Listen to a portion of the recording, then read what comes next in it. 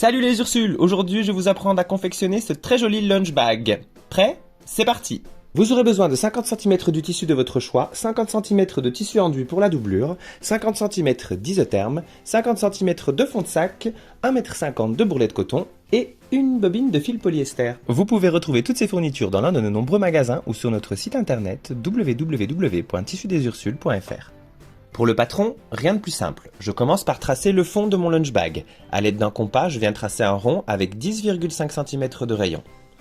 Pour la partie principale, je trace un rectangle avec un côté de 33 cm et l'autre de 30 cm. Je viens marquer deux petits points à 4 cm d'intervalle sur le haut.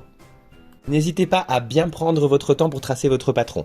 Vous pouvez faire varier les tailles si vous désirez que votre lunch bag soit plus petit ou plus grand. Pour le tissu, j'ai choisi ce très joli velours côtelé. Mais n'importe quel tissu d'ameublement fera l'affaire, donc libre à vous de suivre vos envies.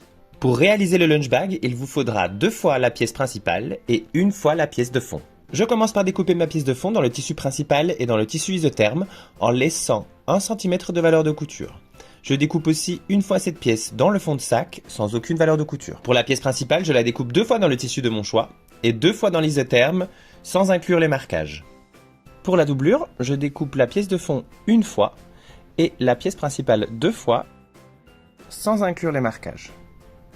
Ensuite, je viens replier mon tissu 2 fois sur lui-même en m'aidant des marquages que j'ai tracés au préalable. À l'aide d'une pâte mouille, je viens marquer mon pli avec le fer à repasser. Ensuite, je viens assembler mes 2 pièces principales endroit contre endroit. Je couds le côté gauche et le côté droit et je m'arrête au niveau du pli. À l'aide de mon ciseau, je viens couper une petite encoche juste en dessous du pli. J'ouvre le pli marqué au fer et je viens coudre sur lui-même le petit rabat que je viens de couper avec mon ciseau. Ensuite, j'assemble la pièce de fond avec les pièces principales et je suis le même procédé pour l'isotherme et pour la doublure.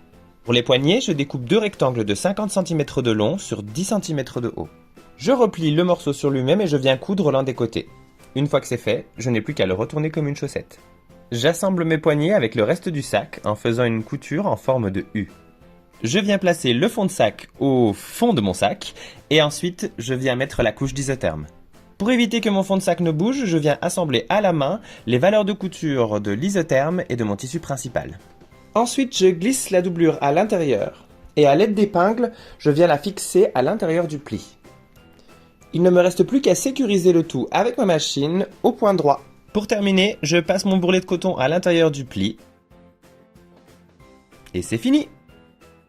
Merci beaucoup d'avoir regardé cette vidéo, j'espère qu'elle vous a plu. N'hésitez pas à mettre un petit pouce bleu ainsi qu'un petit commentaire juste ici en dessous.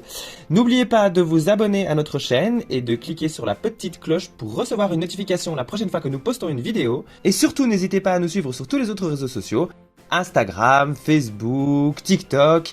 Et moi, je vous retrouve dans la prochaine vidéo. Bisous bisous.